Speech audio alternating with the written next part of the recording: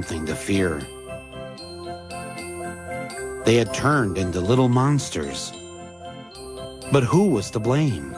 All the experts had an answer. Angry, heavy metal subculture. Shock rocker Marilyn Manson. This is perhaps the sickest group ever promoted by a mainstream record company.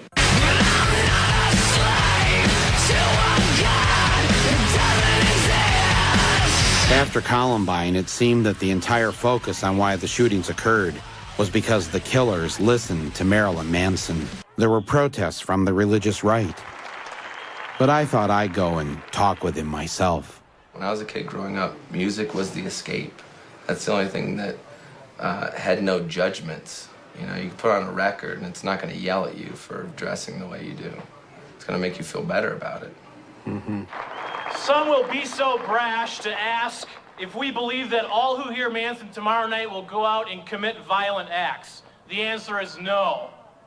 But does everybody who watches a Lexus ad go and buy a Lexus? No, but a few do. I definitely can see why they would pick me, because I think it's easy to throw my face on a TV, because I'm, in the end, sort of a poster boy for fear.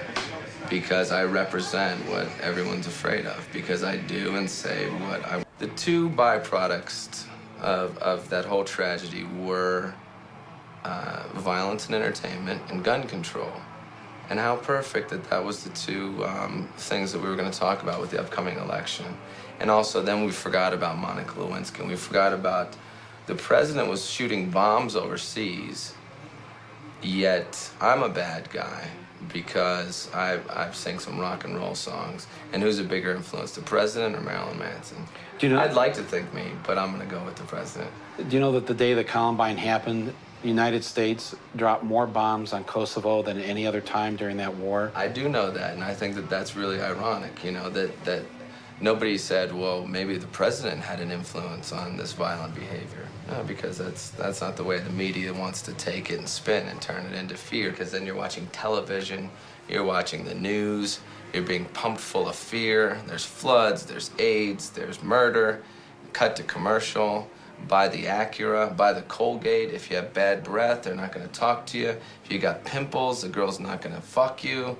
And it's just this, it's a campaign of fear and consumption. And that's what I think that it's all based on, is the whole idea that keep everyone afraid and they'll consume.